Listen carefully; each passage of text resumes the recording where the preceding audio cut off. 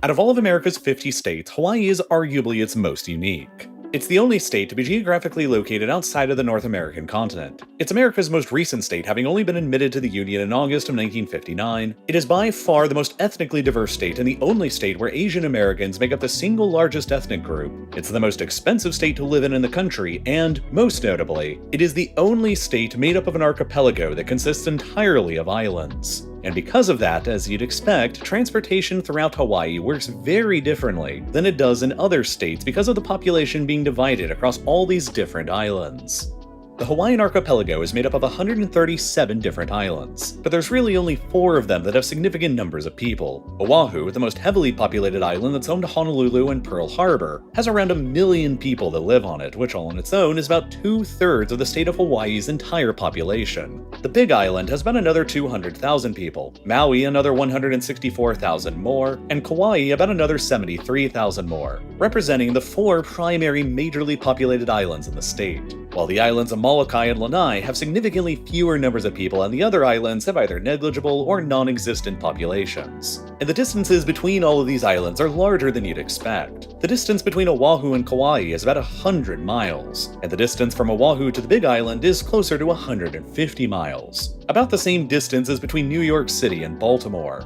And because of the distances involved here between all of these islands and population centers, the only way to travel between them is by either flying or taking a boat. But it might surprise you to learn that as of right now in 2024, there isn't a single ferry service or regularly scheduled passenger maritime transportation option between any of the 4 main Hawaiian islands. And people very rarely travel between the islands by boat. In fact, the only regularly scheduled ferry service at all in Hawaii today just operates between the relatively nearby islands of Maui and Lanai. And that's it. Instead, if you ever want to travel between any other islands in the Hawaiian archipelago, your only realistic option is to fly between them. And so, virtually all travel between Hawaii's main islands is dominated by very short-haul flights run through carriers like Hawaiian Airlines.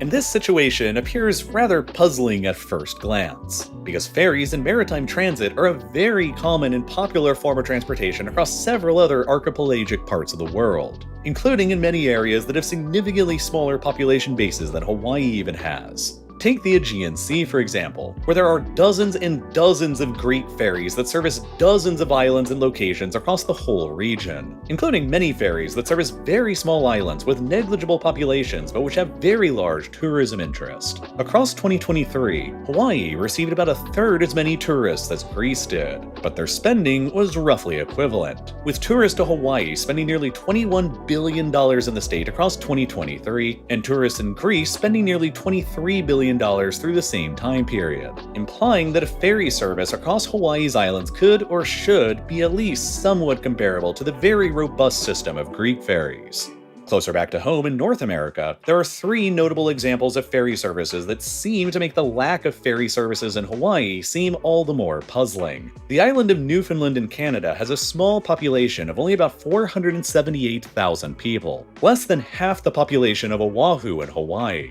And it's also located about 100 miles away from the Canadian mainland in Nova Scotia, a similar distance as between the islands of Oahu and Maui or Oahu and Kauai. And yet, there are 2 active ferry lines that run from the island to Nova Scotia. A shorter ferry from Port au Basque that takes about 7 hours to complete, and a longer ferry from Argentia that takes about 16 hours to complete. Lengths of time that would be comparable to ferries between the islands of Hawaii. Washington State also operates a system of ferries across their island communities throughout the Puget Sound. And perhaps most notably, Alaska operates a complex system of ferries across enormous distances that link several small communities together from Bellingham, Washington, all throughout the Alaskan Panhandle and the Aleutian Islands. A ferry system that is notable in the context of Hawaii because the distances involved are substantially longer, and Alaska's population base is only about half that of Hawaii's. So why does Hawaii essentially not have any ferry service at all compared to all of these other examples? And why is it that in order to travel between the Hawaiian Islands, you nearly always have to fly rather than take a boat?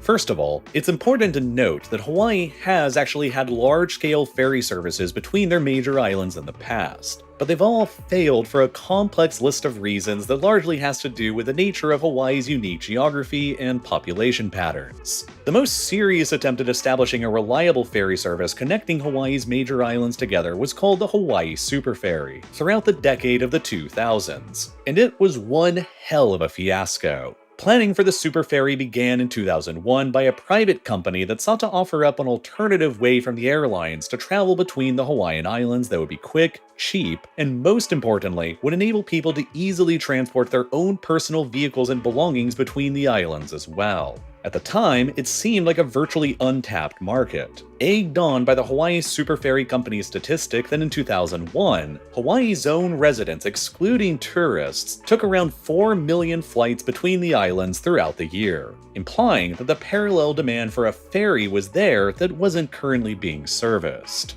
By 2004, the company signed a contract with a shipyard in Alabama to build out the first 2 of their Hawaiian ferries for a total sum of $178 million, or $89 million apiece, which inflated to 2024 dollars was about $332 million for the 2 of them. A few years later, by 2007, the Hawaii Super Ferry was finally ready to begin launching its master plan that envisioned regularly scheduled ferry service between all 4 of Hawaii's majorly populated islands. But the company almost immediately began encountering significant difficulties. First up, there were numerous environmental concerns and risks brought up surrounding the ferry in court. Many of the ferry routes between the islands crisscrossed over well-established and mapped-out routes of humpback whale migration paths, which led to concerns that the huge sizes of the ferries could impact and kill whales and cause other environmental destruction for Hawaii's unique marine life ecosystem. And more pressingly, there was the concern that the ferries could spread invasive species throughout the rest of Hawaii as well. As a series of geographically isolated islands far removed from the rest of the world, Hawaii's ecosystem is uniquely delicate and fragile, and the state is by far the most serious about invasive species in the country. The Big Island has already seen several notable invasive species like fire ants, kokui frogs, and ilex plants establish a strong enough of a foothold there that eradicating them has effectively become impossible, leaving the Hawaiian state government with the unenviable goal of preventing their spread to the rest of the islands as much as possible, and containing them to the Big Island as much as they can.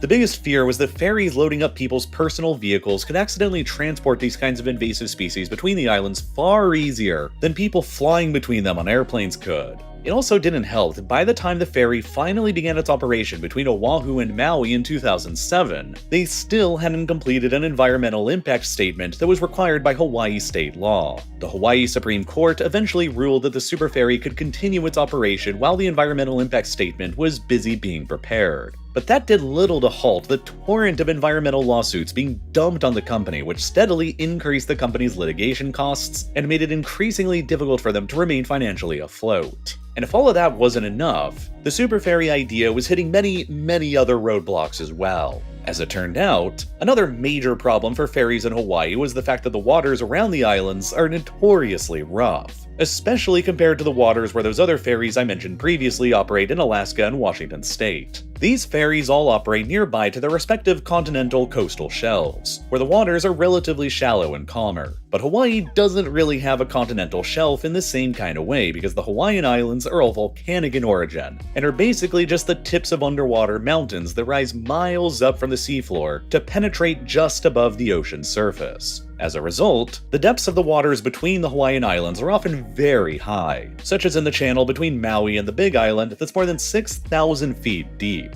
significantly deeper than the average depth seen in even the Mediterranean Sea. The name for this narrow and deep channel in the Hawaiian language is the Alanui Haha Channel, which roughly translates into English as the Great Billow Smashing Channel, which should give you some kind of an idea as to how rough the waters here can get as the currents surge through the deep chasm between Maui and the Big Island. The depths seen between the channels of the other islands are similarly deep, and the waters in between similarly rough as well, which means that ferry passages between the Hawaiian Islands are effectively done over open ocean, which means that the ferries involved in the passages need to be ocean-rated, requiring them to be larger and more sturdy and more expensive vessels than you would otherwise see in Alaska or in Washington state. And because of the distances between the main islands covering 100 nautical miles or more, the journeys on the super ferry between the islands would last for 6 to 8 hours, or in some cases even longer, through waters that were often very rough, meaning that seasickness was a common ailment among passengers traveling aboard.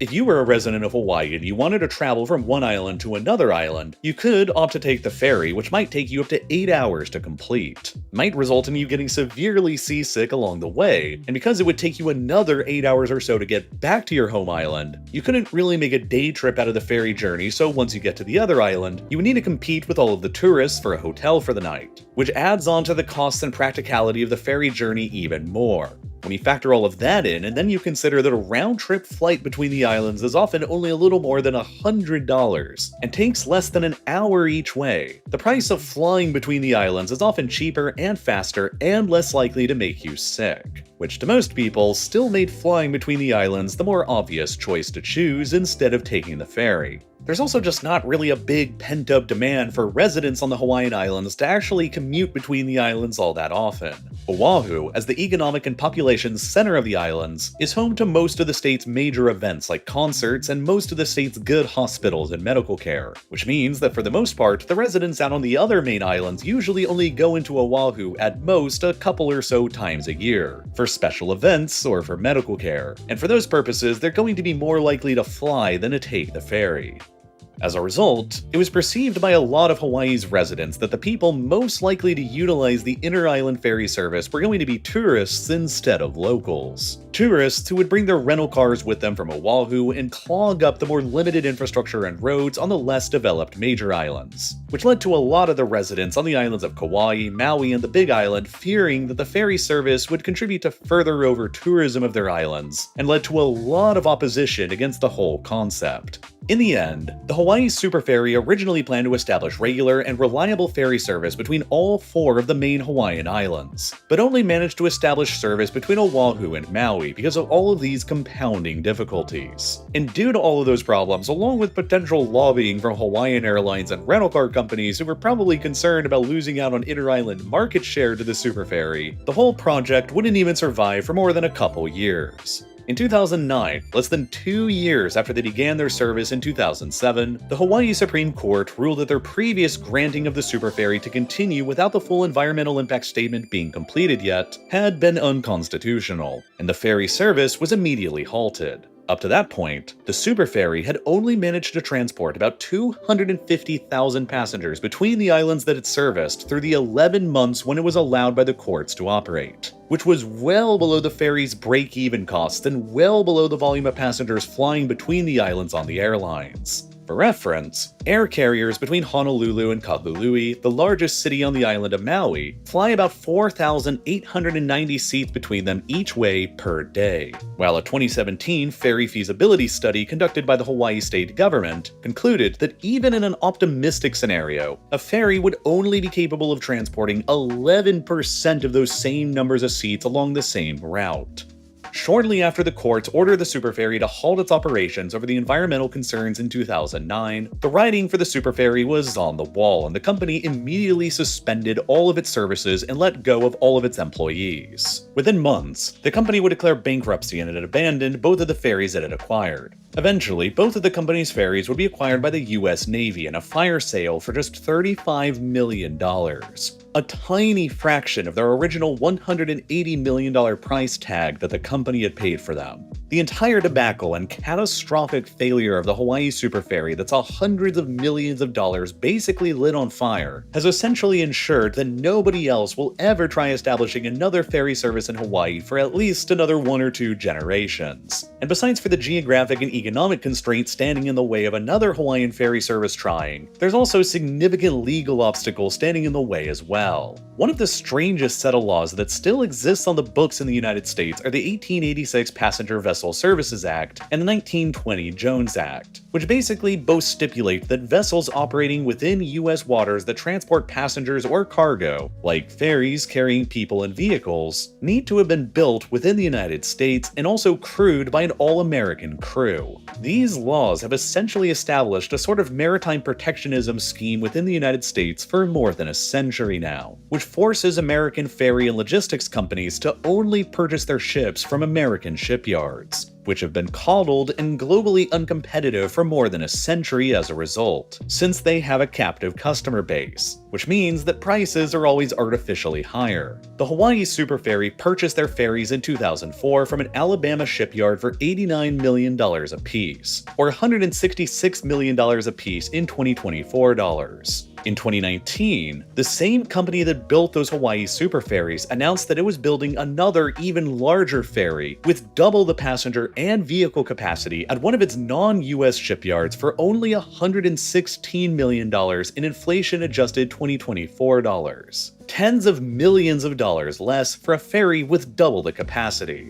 This means that establishing ferry services anywhere in America, and especially in Hawaii, where the additional requirements for open ocean rated ferries are geographically costlier than they are elsewhere, are legally and artificially more expensive than in other countries as well. That 2017 ferry feasibility study commissioned by Hawaii state government that I mentioned previously ultimately concluded that while establishing a ferry service in Hawaii is still technically possible today, it's not really economically feasible for a huge variety of reasons. Hawaii residents polled as a part of that study showed expectations of a ferry service that don't really match up with current technologies or economic realities. They generally expected that a ferry service between Honolulu on the island of Oahu and Hilo on the Big Island should take no longer than 3 hours to complete in order to be competitive with simply flying. But the study found that even a ferry operating at a speed of 40 knots an hour along that route, faster than recommended for the rough oceanic conditions in the area, would still take nearly 7 hours to complete,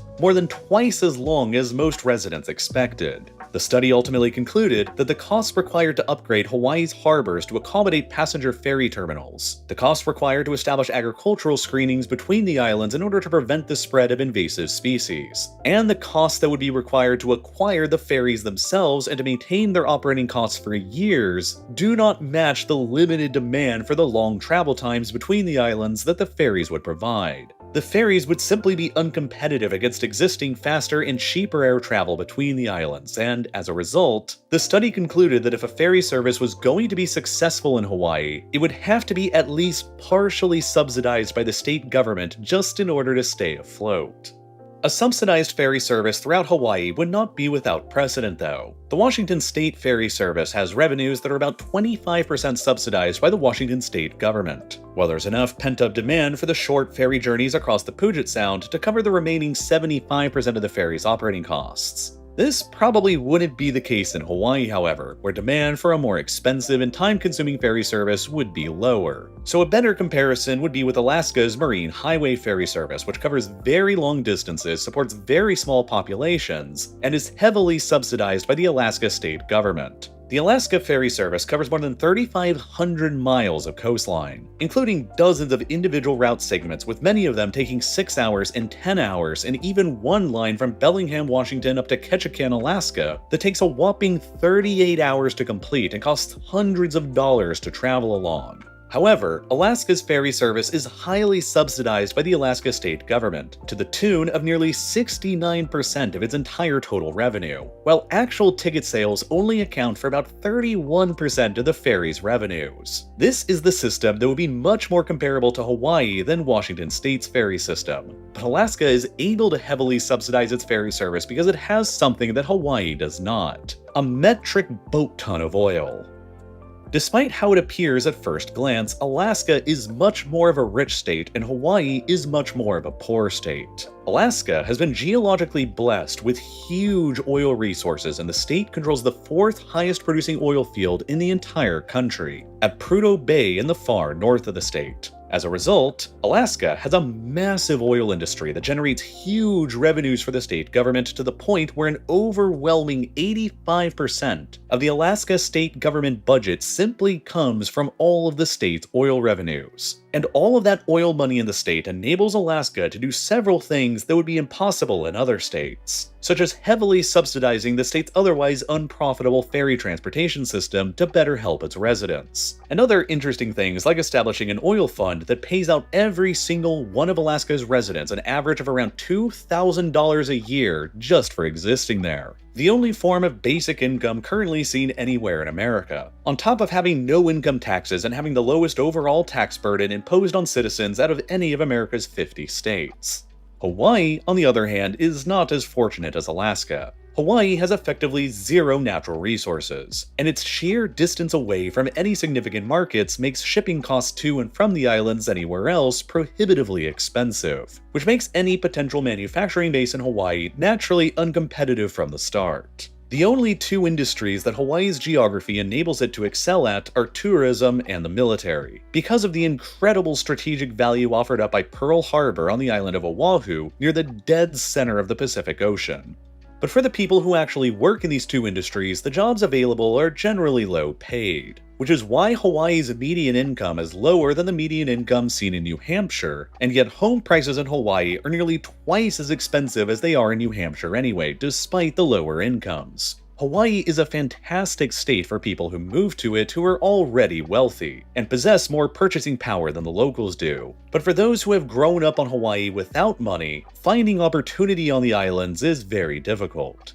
which is why so many of them leave for the mainland, and which is also why Hawaii's overall tax burden is already among the highest in the entire country. Without any natural resources or industries outside of tourism and the military, and with the military really only interested in the island of Oahu and none of the others, the result is that the Hawaiian state government has to fund itself primarily through taxes rather than natural resource revenue like Alaska. And so, if the Hawaii state government wants to begin heavily subsidizing a prospective unprofitable ferry service the same way that Alaska does, the only way it would be able to do so would be by increasing taxes in the state even higher than they already are, which would make the cost of living crisis in the state, already the worst in the entire country, even worse than it already is.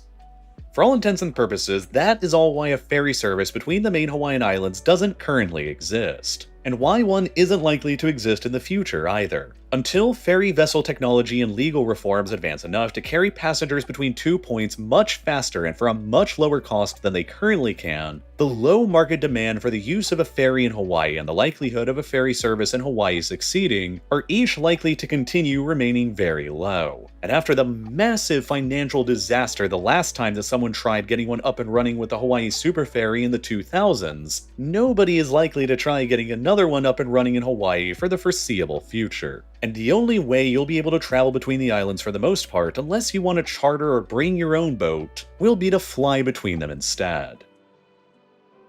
Now, Hawaii is known for a lot of things besides for their lack of good maritime transportation options, and their food culture has absolutely gotta be one of those top things. From poke bowls to spam musubi to tempura shrimp and even more. And if you're anything like me, you might always be wondering why it still takes so much money and time to eat more healthily today. The global food supply runs more efficiently than ever, but there still seems to be this trade-off where you have to choose only two of the following three options with your meals: healthiness, affordability, and quickness. You can have a quick and healthy meal, but it'll be expensive. You can have an affordable and quick meal, but it'll be unhealthy. Or you can have a healthy and affordable meal, but it'll be time-consuming and inconvenient. For a long period in my life, I was really trying hard to figure out the answer to this dilemma by discovering a reliable source of meals that could encompass all three attributes: healthiness, affordability, and quickness. And I eventually discovered and became a customer of what ultimately became this video's sponsor, HelloFresh. The concept of HelloFresh is pretty straightforward. You just visit their app or website and select which meals you want to eat. And then the next week, an insulated box will show up on your front doorstep filled with all of the fresh, pre-portioned, and partially prepared ingredients you need so that you can home cook your meals way faster than if you had wasted a bunch of time planning your meals out, going to the grocery store and picking out ingredients and then coming home and prepping. You can also choose from a variety of menu options to suit all your needs and tastes. From fit and wholesome to quick and easy, vegetarian to family friendly, there's something for everyone to enjoy. And HelloFresh knows that your plans might change and life can get unexpectedly busy. That's why they let you easily customize your delivery from week to week as well, allowing you to tailor everything to your own schedule by adjusting your delivery date or skipping a week when you're not able to cook at home. And best of all, the meals themselves just taste really, really good too. That's the biggest reason of all that I've been a loyal customer myself to HelloFresh for years now, and why I've been making meals like this amazing buffalo spiced chicken for more than 3 years now. They are just the best solution that I've ever found for having regular home-cooked dinners. And if you want to see if I'm right and improve the way you eat too, now's a great time to do so because you'll get 10 free meals at HelloFresh.com if you use code RealLifeLore10. Applied across 7 boxes, new subscribers only, varies by plan. And again, that's 10 free HelloFresh meals, and all you need to do is go to HelloFresh.com with code RealLifeLore10. And as always, thank you so much for watching.